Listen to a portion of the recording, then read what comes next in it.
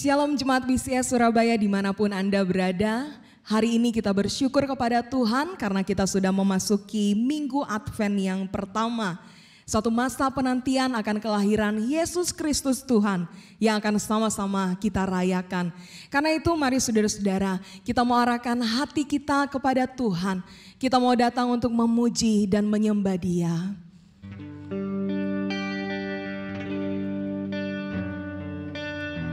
Kami memulai ibadah di Minggu Advent yang pertama ini dengan satu pengakuan.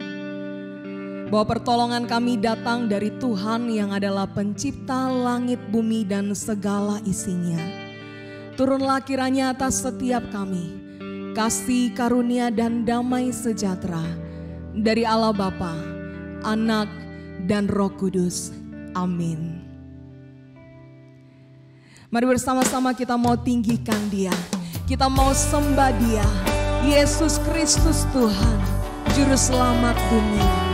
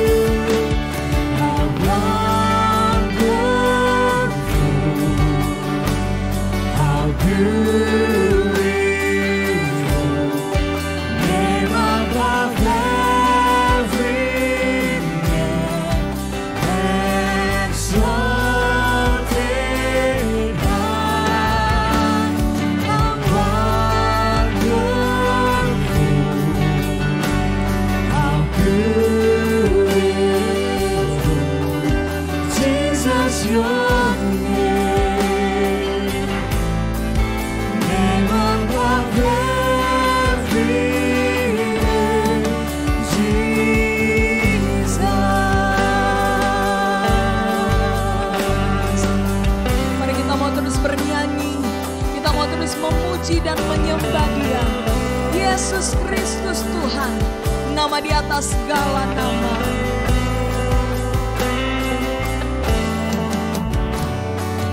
I will sing forever,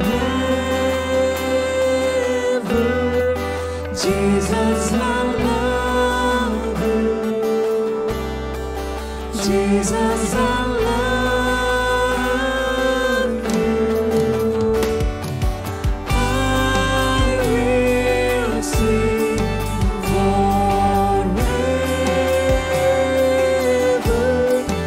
Jesus, I love you.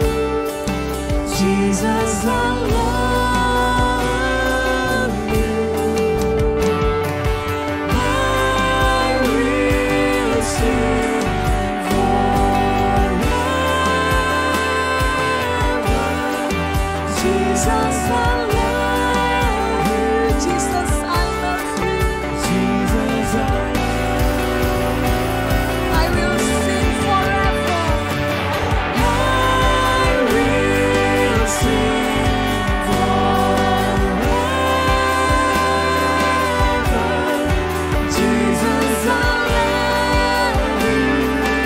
love you.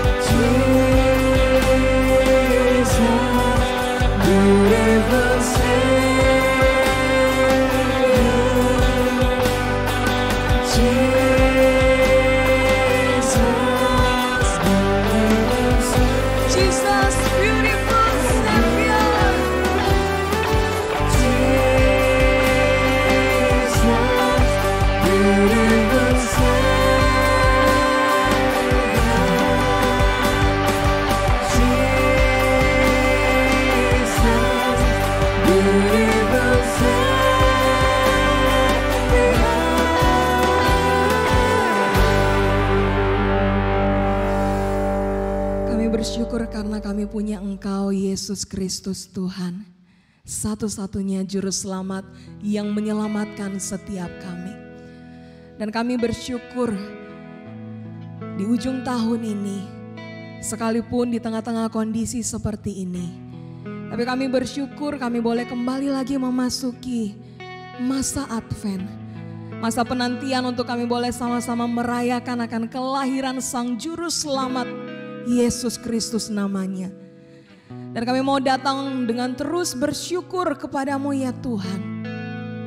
Kami mau datang dan bersorak-sorai bagimu. Kami mau datang dan menaikkan segala pujian syukur kami hanya bagimu ya Tuhan. Ini kami, terimalah setiap pujian penyembahan kami. Terimalah hidup kami ya Tuhan. Walaupun sesungguhnya kami betul-betul menyadari bahwa kami tidak layak untuk datang menghampirimu Tuhan. Seringkali dalam kami menjalani hari-hari hidup kami, ada saat-saat di mana kami mendukakan Engkau. Ada saat-saat kami berjalan sesuai dengan keinginan hati kami. Padahal kami tahu bahwa bukan itulah yang menyenangkan hati-Mu. Ampuni kami Tuhan, ampuni kami. Kami mau terus datang dan memberi diri kami untuk dibentuk oleh-Mu ya Tuhan. Perbaruilah kami ya Tuhan. Bawalah setiap kami supaya semakin hari kami boleh semakin serupa dengan Engkau. Terima kasih Tuhan. Kami bersyukur hari ini boleh ada. Dan hari ini kami hanya mau meninggikan dan memuliakan Engkau. Terpujilah namamu Yesus Kristus Tuhan kami yang hidup. Hanya di dalam namamu ya Tuhan kami berdoa. Amin. Mari bersama-sama dengan penuh sukacita kita mau datang dan bersorak-sorai bagi Dia. Terpujilah namamu Yesus Kristus Tuhan.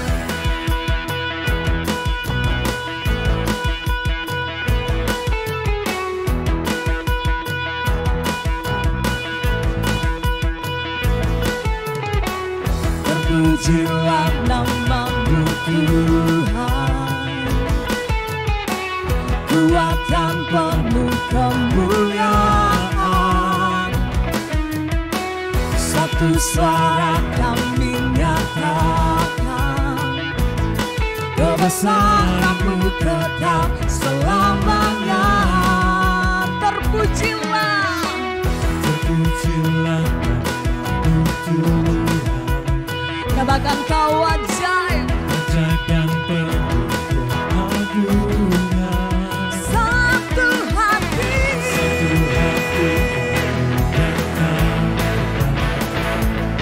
kerajaan-Mu kekal selamanya. Oh, oh, oh, oh, oh. Engkaulah Raja atas dunia yang menghancurkan kutub dan membebaskan jiwa. Kami bersorak bertepuk tangan. Engkau Tuhan berjaya dan memerintah untuk selamanya. Terpujilah namamu Tuhan, ajaib dan penuh keagungan. satu hati,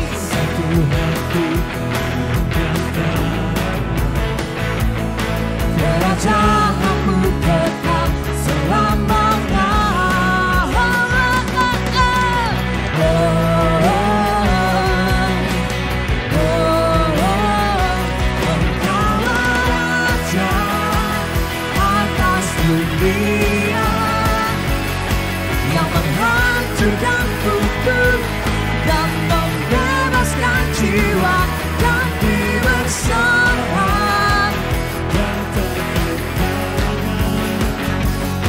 Engkau Tuhan berjaya dan memerintah untuk Engkaulah Raja atas dunia yang menghancurkan kutub dan membebaskan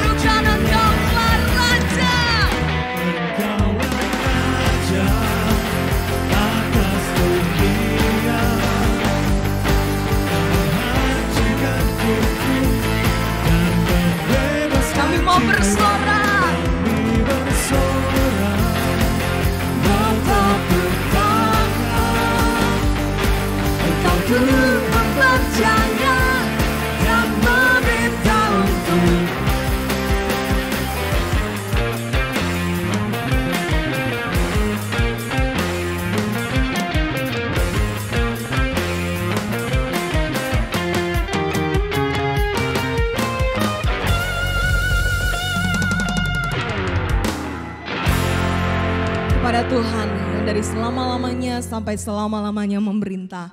Mari kita mau sama-sama ikrarkan pengakuan iman kita, pengakuan iman rasuli. Aku percaya kepada Allah, Bapa yang Maha Kuasa, Khalik langit dan bumi, dan kepada Yesus Kristus, anaknya yang tunggal, Tuhan kita, yang dikandung dari Roh Kudus, lahir dari anak darah Maria, yang menderita sengsara di bawah pemerintahan Pontius Pilatus, disalibkan, mati dan dikuburkan, turun ke dalam kerajaan maut. Pada hari yang ketiga, bangkit pula dari antara orang mati, naik ke surga, duduk di sebelah kanan Allah, Bapa yang Maha Kuasa. Dan dari sana Ia akan datang untuk menghakimi orang yang hidup dan yang mati. Aku percaya kepada Roh Kudus, gereja yang kudus dan am, persekutuan orang kudus, pengampunan dosa, kebangkitan tubuh, dan hidup yang kekal. Amin. Saudara, mari kita mau terus semakin mendekat kepada Dia. Kita mau membawa hidup kita. Dan mari datang dengan penuh kekaguman akan karya Tuhan yang begitu besar dalam hidup setiap kita. Mari kita mau datang dan membawa hidup kita, membawa diri kita. Dan kita mau berkata, ini aku Tuhan, dan aku rindu untuk lebih dan lebih lagi mengenal-Mu.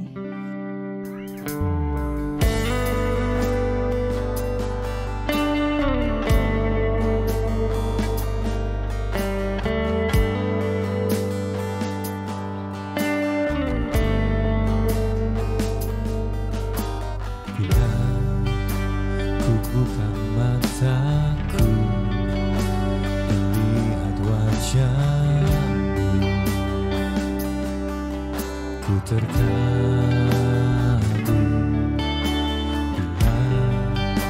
Bila ku lihat hidupku dan karya tangan-Mu, ku tersanjung karena semua yang baik dalam hidupku, itulah karya-Mu. Tapi kesempatan yang baru, dan ku ingin mengenal-Mu Tuhan, lebih dalam dari semua yang ku kenal. Tiada kasih yang melebihi-Mu, ku ada untuk menjadi penyembah-Mu. Mari penyembah-penyembah Tuhan, sembah Dia, nyanyikan pujian ini di hadapan-Nya. Bila ku buka mataku dan lihat karya-Mu, ku terkagum. Bila ku lihat hidupku dan karya tangan-Mu, ku tersanjung karena semua yang baik dalam hidupku, itulah karya-Mu. Kau beri kesempatan yang baru, dan ku ingin mengenal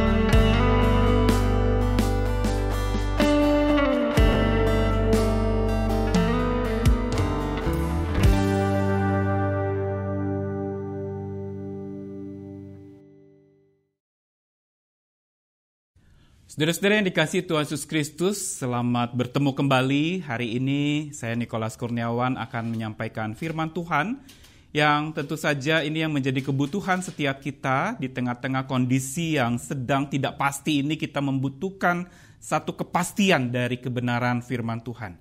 Itu yang menjadi fondasi yang kuat agar kita bisa terus bertahan, karena hanya orang yang bertuhanlah yang bisa bertahan menghadapi apapun juga. Dan daya tahannya akan makin meningkat selama ketuhanannya akan makin bertumbuh dan memuliakan nama Tuhan. Hari ini kita akan bersama-sama merenungkan firman Tuhan, karena itu kita siapkan hati kita untuk mendengarkan firman Tuhan. Kita mohon Roh Kudus memimpin kita di dalam perenungan pada hari ini. Mari kita berdoa mohon pimpinannya.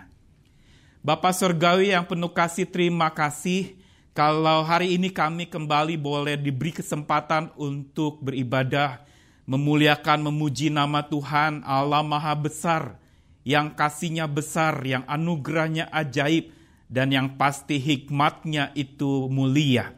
Dan hari ini kami butuh hikmat dari firman Tuhan dalam kami menjalani kehidupan yang sedang penuh dengan pergumulan yang berat, beban yang sedang menindih, dan banyak orang yang sedang mengalami lemah imannya. Hari ini Tuhan, biar firman Tuhan boleh menguatkan iman kami kembali. Biar Roh Kudus memandu kami, membukakan pikiran kami agar kami dibuat mengerti dari firman Tuhan, dan Roh yang sama juga membantu kami untuk menjadi pelaku-pelaku firman yang hidup. Tuhan berkati hamba-Mu yang akan berbicara, dan setiap kami yang mendengar, biar sungguh Roh-Mu yang kudus itulah yang memandu kami. Kami serahkan kesempatan ini ke dalam tangan kasih-Mu, di dalam nama Tuhan kami Yesus Kristus. Sabda hidup itu kami berserah diri. Amin. Saudara-saudara, di Minggu Advent yang pertama ini, di tanggal 29 November, Advent artinya adalah kedatangan, dan kita menantikan kedatangan Tuhan yang bukan saja menantikan masa-masa Natal, masa sukacita kelahiran Yesus yang akan kita rayakan, tetapi juga masa kedatangan Tuhan yang kedua, karena kita sedang hidup di antara dua kedatangan itu. Ya, itu kedatangan Tuhan yang pertama sudah berlalu, dan kedatangan Yesus yang kedua itu kita sedang nantikan. Dan inilah masa Advent yang panjang sesungguhnya yang sedang kita alami. Saudara, hari ini saya diberi tema untuk kita renungkan bersama, yaitu Akulah roti hidup. Jadi selama Advent ini, 4 minggu Advent, akan dibahas tentang kata-kata Tuhan Yesus di dalam Injil Yohanes yang disebut sebagai ungkapan ego eimi. Ya, aku adalah. Dan yang pertama adalah sebutan Yesus, akulah roti hidup. Mari kita bersama-sama melihat dari Yohanes pasal 6 beberapa ayat firman Tuhan yang akan kita baca bersama dan kita akan renungkan, yaitu Yohanes pasal 6 ayat 25 sampai yang ke-29. Dengarkan firman Tuhan. Ketika orang banyak menemukan Yesus di seberang laut itu, mereka berkata kepadanya, "Rabi, bila manakah engkau tiba di sini?" Yesus menjawab mereka, "Aku berkata kepadamu, sesungguhnya kamu mencari aku bukan karena kamu melihat tanda-tanda, melainkan karena kamu telah makan roti itu dan kamu kenyang. Bekerjalah bukan untuk makanan yang akan dapat binasa, melainkan untuk makanan yang bertahan sampai kepada hidup yang kekal, yang akan diberikan Anak Manusia kepadamu. Sebab dialah yang disahkan oleh Bapa Allah dengan meterainya." Lalu kata mereka kepadanya, "Apakah yang harus kami perbuat supaya kami mengerjakan pekerjaan yang dikehendaki Allah?" Jawab Yesus kepada mereka, "Inilah pekerjaan yang dikehendaki Allah, yaitu hendaklah kamu percaya kepada Dia yang telah diutus Allah." Lalu bagian kedua ayat 32 sampai yang ke-40 masih dari Yohanes pasal 6. Dengarkanlah firman Tuhan. Maka kata Yesus kepada mereka, "Aku berkata kepadamu, sesungguhnya bukan Musa yang memberikan kamu roti dari sorga, melainkan Bapa-Ku yang memberikan kamu roti yang benar dari sorga. Karena roti yang dari Allah ialah roti yang turun dari sorga dan yang memberi hidup kepada dunia." Maka kata mereka kepadanya, Tuhan, berikanlah kami roti itu senantiasa. Kata Yesus kepada mereka, akulah roti hidup, barang siapa datang kepadaku ia tidak akan lapar lagi, dan barang siapa percaya kepadaku ia tidak akan haus lagi. Ketika aku telah berkata kepadamu, sesungguh pun kamu telah melihat aku, kamu tidak percaya. Semua yang diberikan Bapa kepadaku akan datang kepadaku, dan barang siapa datang kepadaku ia tidak akan kubuang. Sebab aku telah turun dari sorga bukan untuk melakukan kehendakku, melainkan melakukan kehendak Dia yang mengutus aku. Dan inilah kehendak Dia yang telah mengutus aku, yaitu supaya dari semua yang telah diberikannya kepadaku, jangan ada yang hilang, tetapi supaya kubangkitkan pada akhir zaman. Sebab inilah kehendak Bapa-Ku, yaitu supaya setiap orang yang melihat Anak dan yang percaya kepadanya beroleh hidup yang kekal, dan supaya aku membangkitkannya pada akhir zaman. Lalu bagian berikutnya masih di Yohanes pasal 6 ayat yang ke-48 sampai yang ke-51. Saya bacakan, akulah roti hidup. Nenek moyangmu telah makan mana di padang gurun, dan mereka telah mati. Inilah roti yang turun dari sorga. Barang siapa makan daripadanya, ia tidak akan mati. Akulah roti hidup yang telah turun dari sorga. Jikalau seorang makan dari roti itu, ia akan hidup selama-lamanya, dan roti yang kuberikan itu ialah dagingku yang akan kuberikan untuk hidup dunia. Dan bagian terakhir di dalam ayat yang ke-56, barang siapa makan dagingku dan minum darahku, ia tinggal di dalam aku dan aku di dalam dia. Demikianlah firman Tuhan. Saudara, yang berbahagia adalah mereka yang bukan saja membaca firman Tuhan, tapi yang hidupnya sungguh menjadikan firman Tuhan sebagai bagian terpenting dari segala pergumulan yang dia alami. Saudara-saudara yang dikasihi Tuhan Yesus Kristus, ada seorang India yang bernama Narayanan Krishnan. Siapa ini Narayanan Krishnan?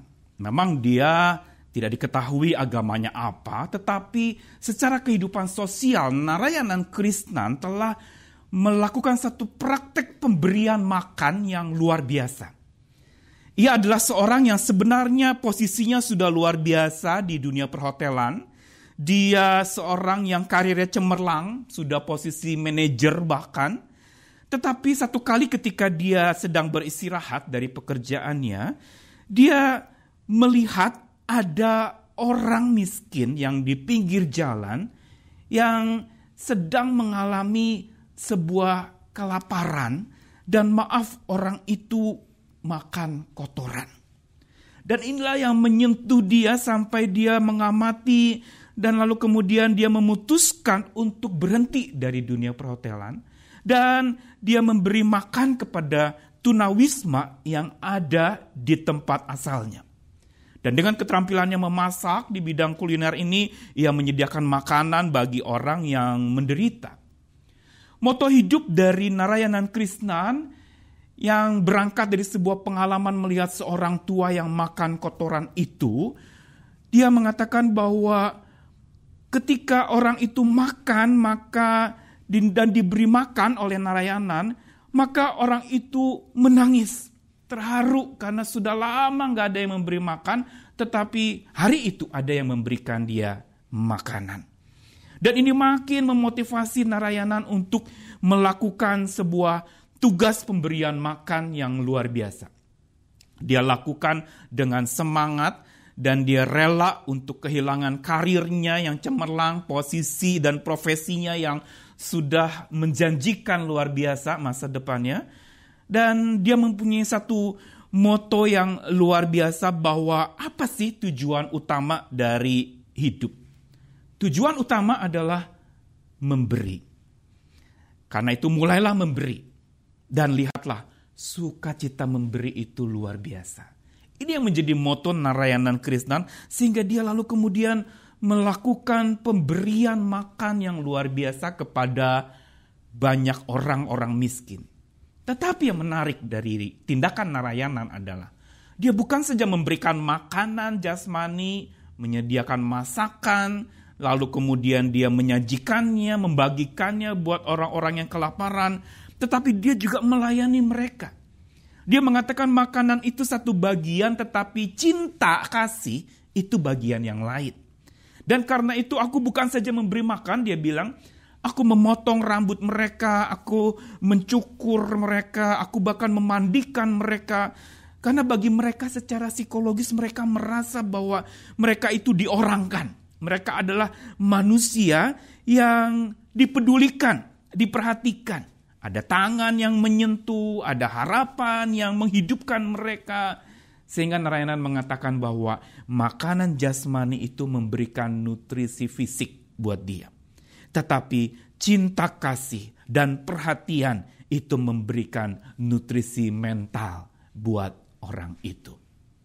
Saudara, inilah tindakan mulia dari Narayanan yang luar biasa, yang memberitahu kepada kita tentang satu sosok yang rela untuk kehilangan posisi yang luar biasa di dunia karir yang menjanjikan itu, tapi rela bersusah-susah untuk memberi makan orang yang kesusahan.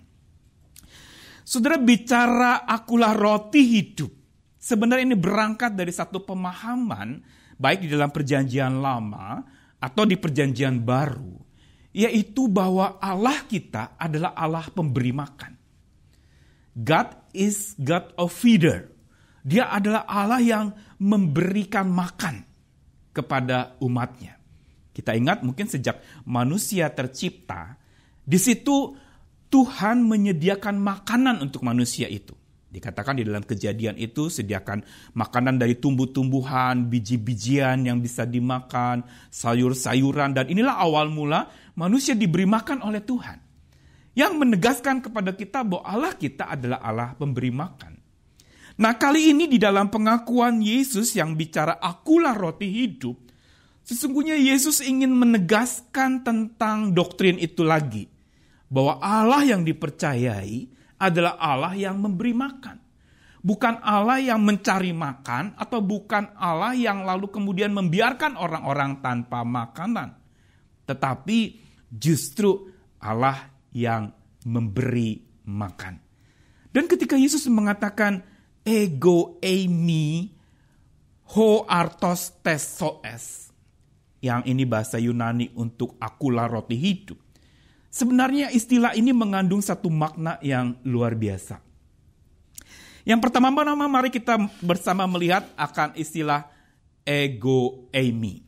Ya, ego eimi ini mempunyai satu makna. Ego itu artinya aku, sedangkan eimi mempunyai arti aku adalah. Ego itu artinya aku, sedangkan ego eimi itu berarti aku ada dan aku adalah. Inilah makna atau formulasi ego eimi yang ada dalam Injil Yohanes yang unik dan tidak ditemukan dalam Injil-Injil yang lain. Ego itu menunjukkan aku ada. Sedangkan eimi, aku adalah. Jadi kata ego eimi sendiri itu sudah mengandung dua makna. Aku ada dan aku adalah. Yang artinya bicara aku ada itu bicara soal eksistensi. Bicara soal presensi. Bicara soal aku ada dan aku hadir. Aku sungguh-sungguh ada untuk kamu. Aku available. Ketika Yesus mengatakan aku adalah, memang hari ini kita bahas aku adalah roti hidup. Nanti kita aku adalah gembala yang baik. Aku adalah pintu. Atau aku adalah pokok anggur yang benar. Sebenarnya ini bicara soal eksistensi Tuhan. Dia ada dan sungguh-sungguh ada. Bahkan dia presensinya, kehadirannya itu sungguh nyata. Dan ungkapan ego eimi ini ada teolog yang mengatakan ini satu wujud inkarnasi yang Yesus katakan secara langsung dan gamblang di hadapan banyak orang. Dia mengatakan I am, saya ada. Dan saya adalah. Yang berarti bukan saja bicara eksistensi dan presensi, ego eimi juga bicara soal identifikasi dan komunikasi. Yesus betul-betul mengidentifikasikan atau dia menegaskan bukti jati dirinya atau tanda kenal dirinya yang dia komunikasikan, disampaikan lewat simbol-simbol atau gambaran yang mudah dipahami orang pada waktu itu. Makanya kalau kita mau baca seluruh ego eimi itu ada 7 di dalam Injil Yohanes. Itu ada roti hidup, ada pokok anggur, semua berkaitan dengan kehidupan sehari-hari orang pada waktu itu. Dan inilah sebenarnya formulasi ego eimi merupakan satu makna yang begitu dalam di dalam kehidupan iman Kristen. Dia ada dan dia adalah. Dia berada, eksistensi, dan dia identifikasi. Dia mengidentifikasikan dengan identitasnya, aku adalah roti hidup. Lalu yang kedua dari istilah akulah roti hidup, maka ada kata keduanya yaitu artos. Apa itu artos? Artos ini adalah sebuah istilah dalam bahasa Yunani yang memang mengacu kepada roti. Dan yang menarik kata artos ini dari kata dasar airo, saudara. Apa itu airo itu? Arti harafiahnya menarik, airo itu adalah raise, lift up, bangkit. Ada orang yang mengidentikan kenapa artos itu dari kata dasar airo, karena roti itu selalu digunakan satu bahan pengembang adonan yang menyebabkan adonan itu menjadi terangkat, ya, menjadi lift up, ya, menjadi raise atau menjadi mengembang. Sehingga lalu muncul kata artos ini. Tetapi yang lebih dalam lagi makna artos ini atau roti, ini bicara makanan pokok orang Palestina waktu itu. Yang berarti bicara roti ini sama seperti bicara nasi bagi orang Indonesia. Ya, kalau orang Indonesia kan nggak ada nasi belum makan, ya, belum ada nasi belum makan katanya. Dan itu makanan pokok. Ini menarik sekali. Kenapa Yesus mengatakan akulah roti? Dia nggak mengatakan akulah daging. Dia nggak mengatakan akulah ikan. Dia juga nggak mengatakan akulah misalnya jenis-jenis makanan lain, sayur-sayuran mungkin. Tapi dia katakan roti. Karena ini adalah makanan pokok orang pada waktu itu. Dengan kata lain, Yesus ingin menegaskan tentang betapa dia adalah esensi, inti atau pokok yang mendasar, yang tidak boleh tidak ada. Ini makna artos. Roti bicara soal makanan pokok yang berarti inilah sebenarnya hal yang paling esensi yang tidak bisa tidak ada. Makanya di dalam doa Bapa kami juga dia katakan, berikanlah kepada kami pada hari ini makanan kami yang secukupnya. Kata makanan itu juga digunakan kata roti. Give us our daily bread. Sama. Yang berarti Tuhan Yesus ingin mengatakan ketika dia mengatakan akulah roti, dia ingin mengatakan akulah inti dari iman Kristen. Kekristenan tanpa Kristus bukan kekristenan yang Tuhan ajarkan. Tapi kekristenan adalah justru menyandang Kristus. Kita boleh ada sekolah Kristen, kita sebut gereja Kristen, kita sebut rumah sakit Kristen. Tapi bila tidak ada Kristus di sana, itu hanya simbol belaka, hanya slogan belaka, hanya label semata. Dan tidak punya dampak apa-apa. Karena hanya sebutan, tetapi bukan menjadi esensi dari satu kehidupan. Bicara artos, bicara esensi, bicara pokok. Dan yang kedua bukan saja esensi artos ini, tapi juga mengandung nutrisi. Dia berguna, dia makanan bergizi yang dibutuhkan untuk kesehatan tubuh. Ada penafsir yang mengatakan kenapa digunakan kata artos atau roti, karena roti itu pembangkit energi bagi manusia. Menarik sekali saudara ketika saya menggali dan menemukan pilahan dari ketiga frase ini, akulah, ego eimi, tadi kita udah bicara soal eksistensi dan identifikasi. Lalu kemudian roti, bicara soal esensi dan nutrisi. Maka sekarang yang ketiga yaitu hidup. Atau digunakan kata zoes. Zoes ini dari kata dasar zao atau hidup. Ini sebenarnya bicara soal hidup secara fisikal dan spiritual. Jadi kata zoes ini adalah satu kata arti hidup yang sebenarnya bukan sekedar dia bisa bergerak, bisa beraktivitas atau tidak mati. Tetapi ini bicara soal sesuatu yang tidak pernah bisa mati. Ini kata zoes. Dan ini juga yang menjelaskan sebuah kehidupan yang bukan saja terlihat, tapi juga sebuah kehidupan yang tidak terlihat, namun dia hidup. Bukan saja yang sementara, tapi hidup yang senantiasa. Dan ini mengandung satu makna apa? Ketika bicara soal soes atau kehidupan, atau aku roti hidup, ini bicara soal sebuah kehidupan yang penuh atensi. Ada atensi, ada perhatian. Akulah roti hidup, yang berarti bukan roti yang diam, tapi roti yang bergerak, roti yang menghampiri orang yang kelaparan itu, roti yang mengenyangkan orang yang kelaparan itu. Dan bicara roti hidup, ini bukan saja bicara atensi, tetapi hidup ini bicara konsistensi. Terus menerus, berkesinambungan, stabil, tanpa berhenti. Saudara, kalau kita mau gali kata akulah roti hidup, maka ketiga frase ini mengandung satu makna dan kekayaan siapa Kristus yang kita percayai. Dia ada dan dia adalah. Berarti dia hadir, tapi sekaligus dia mau berhubungan dengan kita. Makanya roti ketika dimakan itu dia masuk dan menyusup ke dalam tubuh manusia. Dan menjadi bagian dari tubuh itu. Menghasilkan energi, menghasilkan kekuatan. Saudara, bicara akulah roti hidup juga bicara soal bagaimana dia adalah pokok keselamatan kita. Sekaligus bicara soal dia memberikan kepada kita atensi yang konsisten dalam hidup kita. Nah, saudara, yang menarik dalam bacaan kita Yohanes pasal 6, kalau kita perhatikan di dalam ayat yang pertama sampai 15, itu adalah adegan di mana Yesus memberi makan 5.000 orang, saudara. Dan setelah itu kita lihat tadi percakapannya yang saya bacakan ayat 25. Ada orang banyak cari Yesus setelah diberi makan. Mereka pengen angkat Yesus jadi nabi buat mereka. Karena mereka kekenyangan, mereka senang bertemu dengan Yesus. Mereka pikir, wah ini dia nih Mesias yang saya cari-cari. Yang saya tunggu-tunggu. Yang bisa beri saya roti yang saya bisa kenyang terus. Saudara, tetapi cara pandang mereka itu adalah cara pandang yang bicara soal makanan roti jasmani. Makanya Yesus menegur mereka, engkau cari aku bukan karena melihat tanda-tanda rohani, tetapi karena kamu telah makan roti itu dan kamu kenyang. Dan di sini Yesus mulai memberikan sebuah kuliah singkat tentang sesuatu yang bisa binasa dan sesuatu yang tidak dapat binasa. Dia mau mengatakan bahwa ada makanan yang lebih penting dari sekedar yang engkau makan sehari-hari. Dan dari situlah lalu kemudian muncul sebuah ungkapan, akulah roti hidup.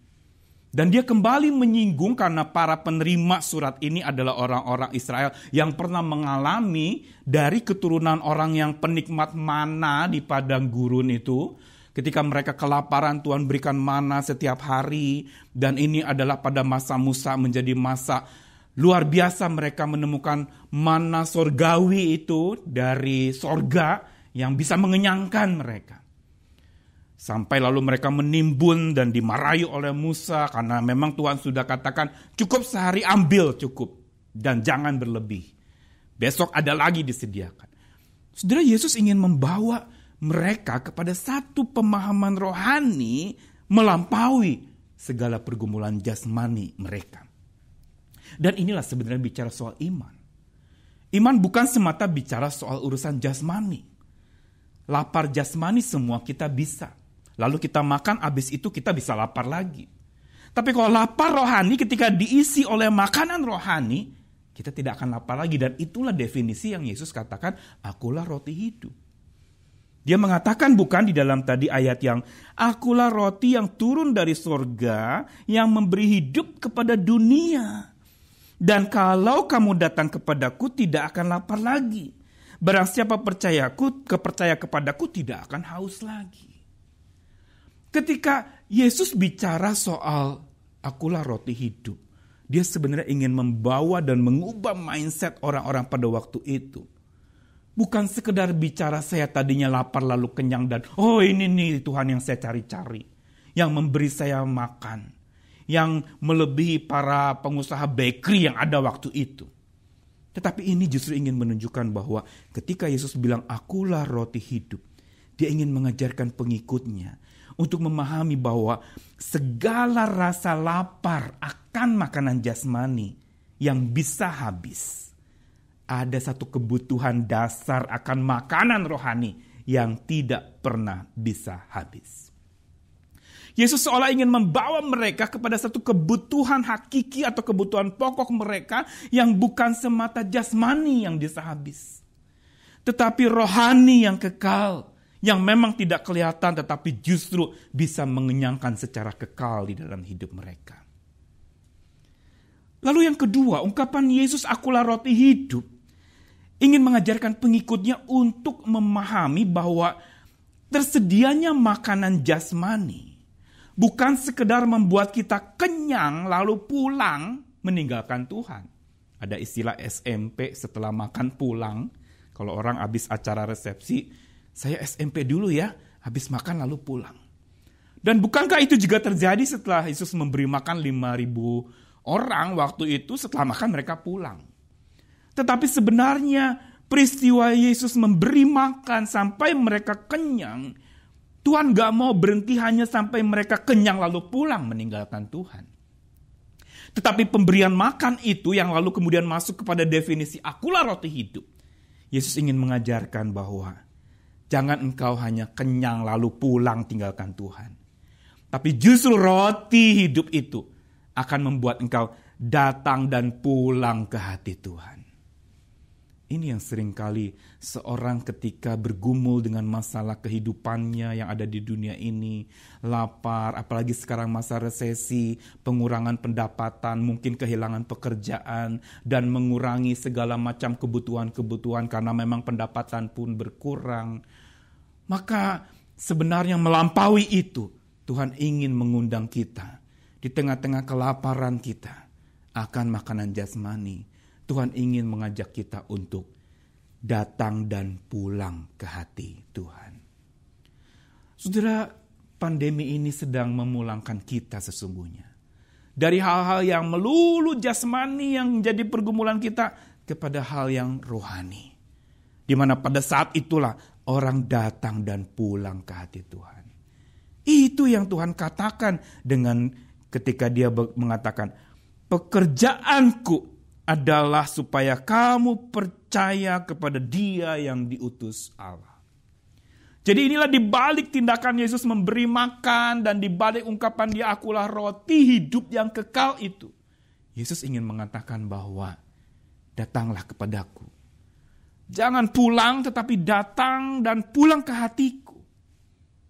Saudara, dibalik segala pergumulan-pergumulan rasa lapar yang kita hadapi, Tuhan ingin mengenyangkan kita dengan kekenyangan rohani yang kekal. Dengan kekenyangan rohani yang terus melimpah di dalam kasih-Nya. Mazmur 23 ditutup dengan satu statement. "Engkau menyediakan hidangan untukku di hadapan lawanku." Bicara soal satu hidangan rohani yang tersaji buat seseorang yang berharap kepada Tuhan. Dan aku akan hidup di rumah Tuhan sepanjang masa. Saudara, inilah sebenarnya yang harusnya menjadi perspektif hidup kita di dalam segala pergumulan kita. Dan yang ketiga, saudara-saudara, ungkapan Yesus "Akulah roti hidup" sesungguhnya ingin mengajak dan mengutus pengikut-pengikut Yesus waktu itu. Bukan hanya berjuang mencari makanan jasmani, tetapi diutus untuk menggunakan setiap peluang yang ada disediakan bagi mereka dengan tugas untuk memberi makan kepada sesama yang kelaparan. Dan ini kembali kepada doktrin Tuhan pemberi makan itu. Jadi kalau kita baca Yohanes 6, ini satu paket ketika Yesus memberi makan, dia merepresentasikan Allah pemberi makan itu. Lalu ketika dia mengatakan "Akulah roti hidup", dia betul-betul menunjukkan inkarnasinya sebagai sosok pemberi makan itu. Pemberi makan yang terus-menerus tanpa henti. Makanya dikatakan hidup. "Akulah roti pokok dari kehidupan imanmu." Pemberi makan yang tidak pernah henti memberi makan. Tuhan kita bukan Tuhan pencari makan, tapi Tuhan pemberi makan. Lalu kemudian di balik ungkapan ego eimi ini, akulah roti hidup, sesungguhnya ada sebuah undangan buat setiap kita, saudara-saudara. Undangan untuk supaya kita hidup dipimpin dan dikenyangkan oleh sang roti hidup itu, yaitu Kristus. Bagaimana caranya supaya kita dipimpin dan dikenyangkan oleh roti hidup itu, yaitu Kristus kita? Sudah ada 3 tips ya. Gampang ingatnya karena mudah dihafalkan. Pertama-tama untuk supaya kita dipimpin dan dikenyangkan oleh sang roti hidup itu adalah tunggalkan Kristus dalam hatimu. Tunggalkan berarti fokus kepada Tuhan. Tunggalkan berarti menjadikan Dia satu-satunya pengharapan kita. Tunggalkan berarti betul-betul menjadikan Kristus sebagai yang utama di dalam hidup kita. Dia adalah center dari iman kita, pusat dari iman kita. Dia bukan sekedar urutan kedua, ketiga, atau urutan pertama bahkan. Tapi Dia ada di tengah-tengah iman kita. Tunggalkan Kristus berarti apa? Fokus kepadanya. Hari ini kondisi seringkali dan memang banyak kali Tuhan memakai kondisi yang sulit untuk menguji hati kita. Mendua hatikah? Menyimpang? Ujian-ujian kesetiaan kita hari ini sedang dikenakan kepada kita. Masa resesi ini, masa sulit ini, masa yang tidak mudah ini, Tuhan sebenarnya ingin menguji. Saya mendua atau menyatu dengan Tuhan. Ini undangan untuk kita menyatu, saudara. Undangan untuk supaya kita menunggalkan Kristus itu dalam hati kita. Tunggalkan Kristus di hati. Sebutkan bersama-sama, dimanapun kau berada, tunggalkan Kristus di hati. Dan yang kedua, bagaimana kita bisa dipimpin dan dikenyangkan oleh sang roti hidup itu, saudara.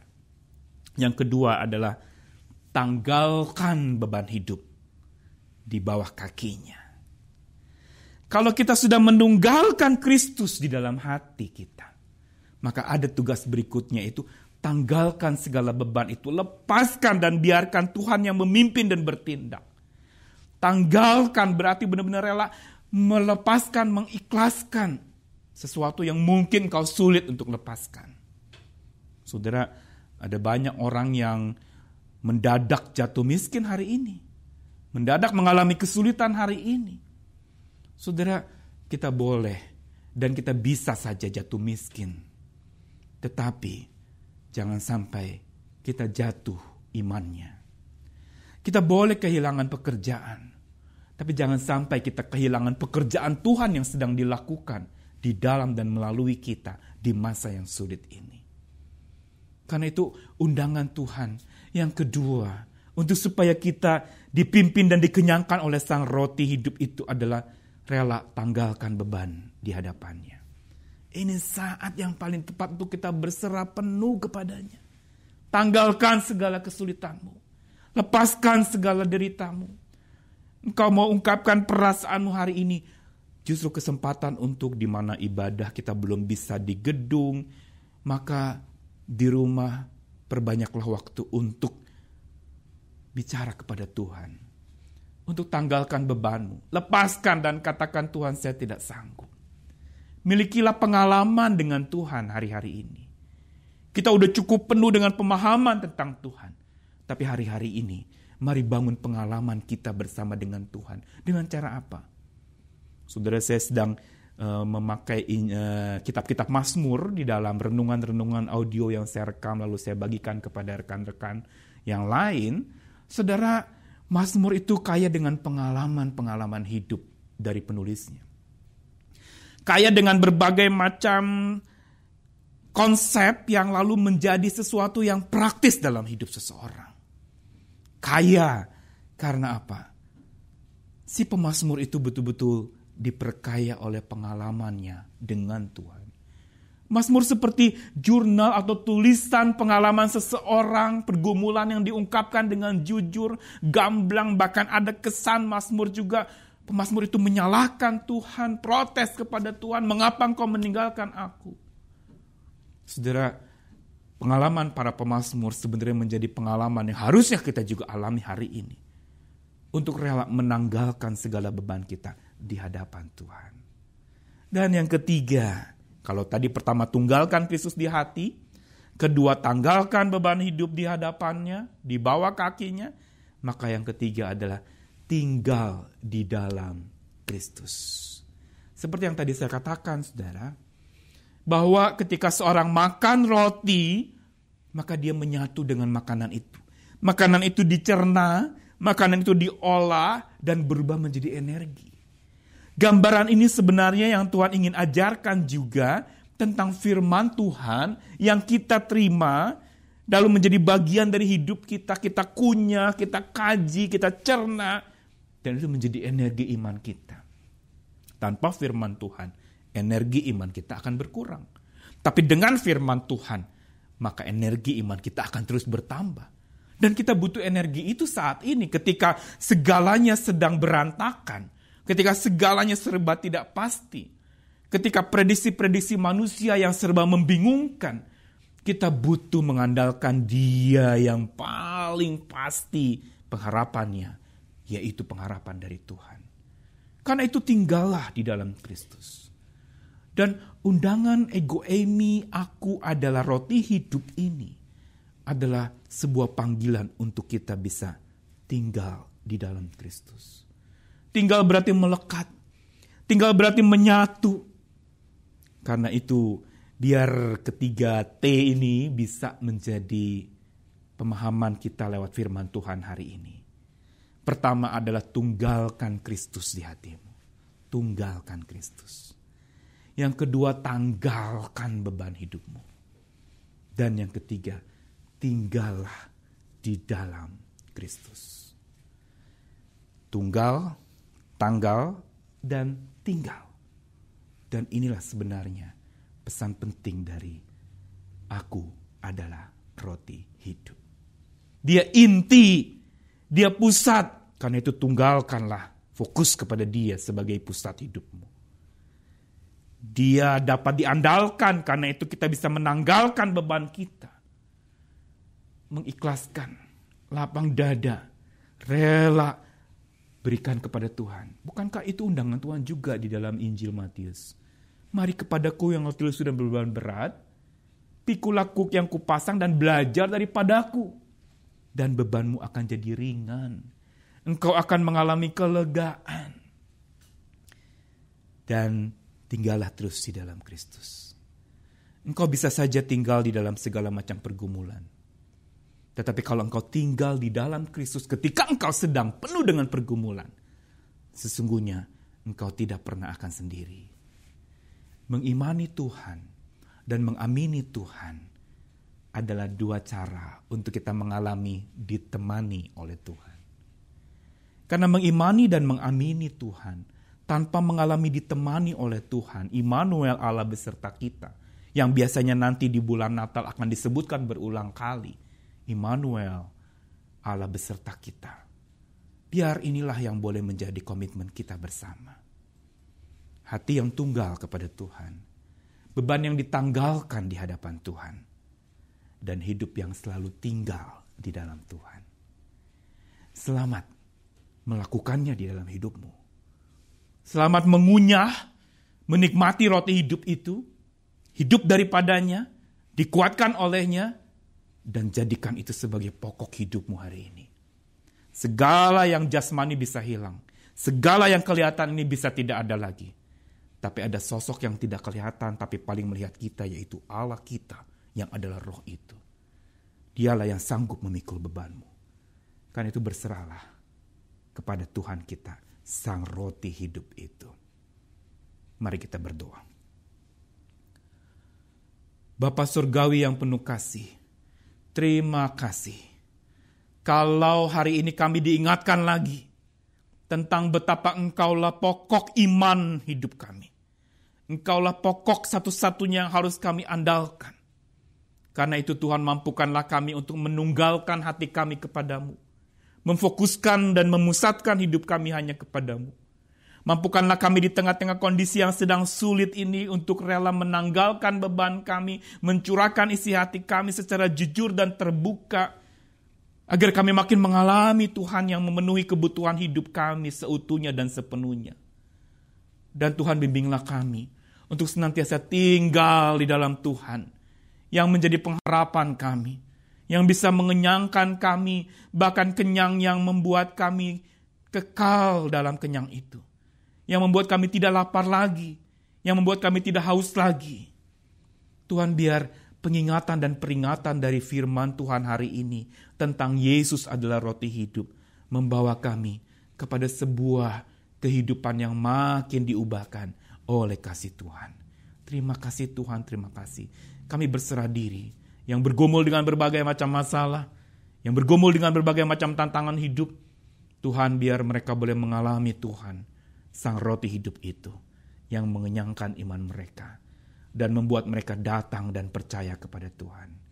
Terima kasih Tuhan. Kami berserah diri di dalam nama Tuhan kami Yesus Kristus, Sang roti hidup itu. Amin. Biarlah kebenaran firman Tuhan yang baru saja kita dengarkan itu boleh betul-betul kita praktekkan dalam kehidupan setiap kita. Kita mau tunggalkan Tuhan sebagai satu-satunya Tuhan dalam hidup kita. Kita mau tinggalkan beban dan kita mau betul-betul datang, mendekat dan diam di dalam Dia, Yesus Kristus Tuhan. Karena Dialah Juru Selamat dunia. Dialah Tuhan yang akan kita terus puji dan sembah.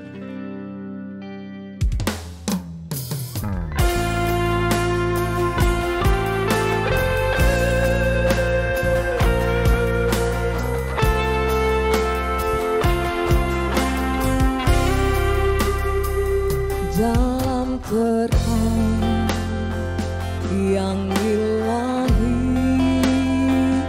Raja damai telah lahir, genap rencananya di dalam dunia.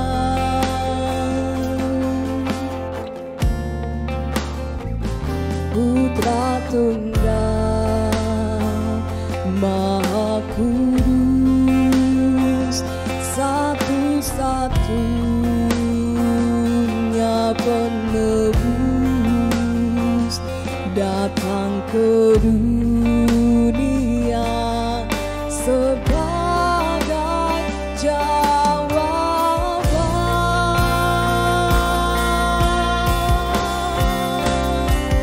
Juru Selamat dunia, Kristus Tuhan, Dia firman yang jadi manusia,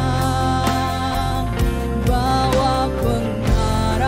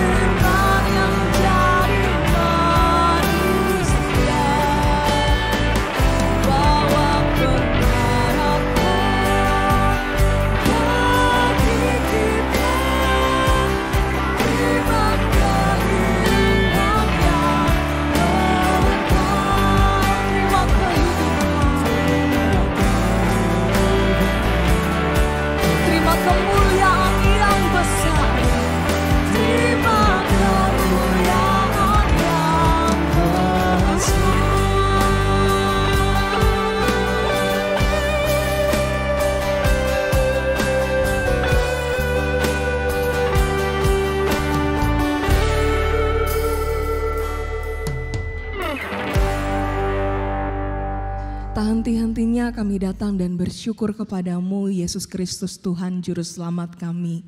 Karena sungguh ya Tuhan, Engkaulah sumber pengharapan kami. Bahkan di tengah-tengah kondisi sulit yang kami hadapi hampir sepanjang tahun ini. Tapi kami bersyukur kami diingatkan sekali lagi lewat kebenaran firman-Mu.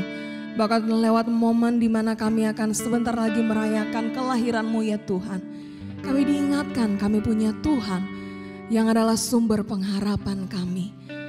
Hari ini ya Tuhan, dengan segala keberadaan kami membawa diri kami ke dalam tangan kuat-Mu.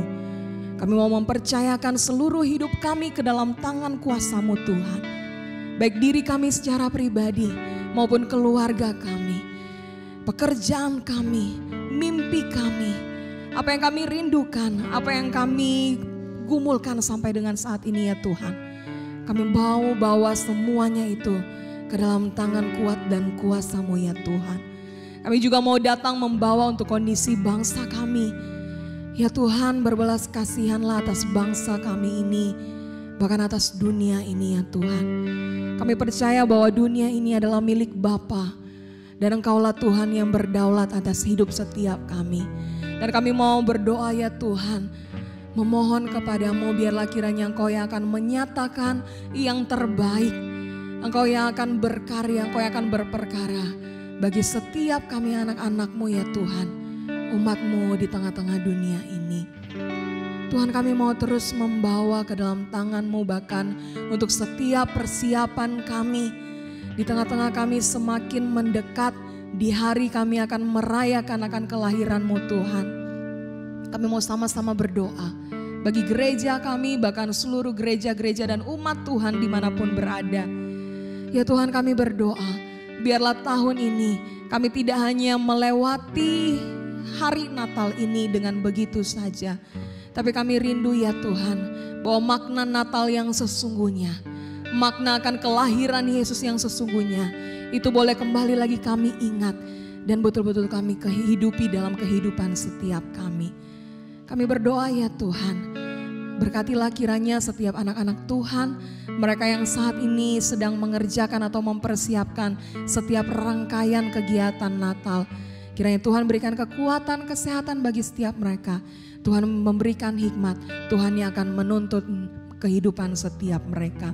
Terima kasih Tuhan, terima kasih. Dan biarlah di akhir ibadah ini ya Tuhan, kami rindu hanya nama-Mu saja yang ditinggikan, dimuliakan. Terpujilah nama-Mu Yesus Kristus Tuhan. Hanya di dalam nama-Mu kami berdoa. Amin. Mari saudara-saudara, sama-sama kita bangkit berdiri. Kita nyanyikan doksologi. Karena segala pujian, hormat, kemuliaan hanya bagi Allah Bapa, Anak, dan Roh Kudus.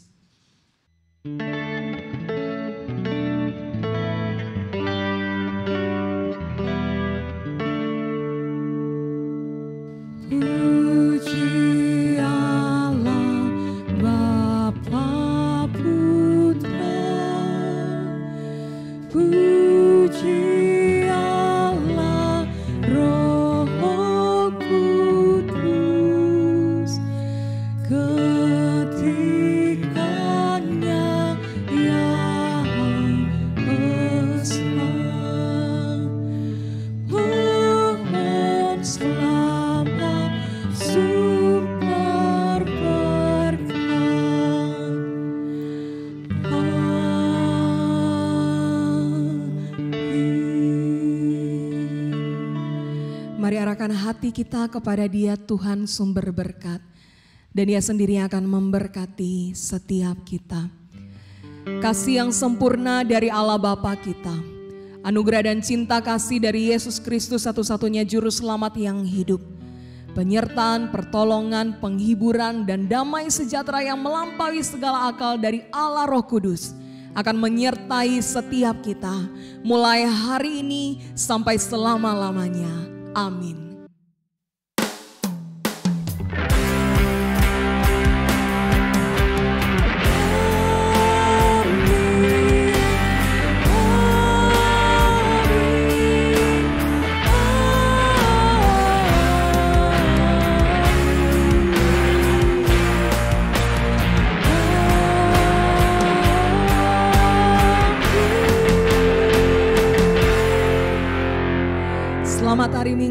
Tuhan Yesus memberkati kita sekalian.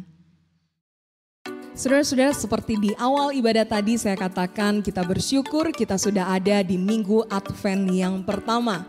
Artinya saudara-saudara, Natal semakin dekat.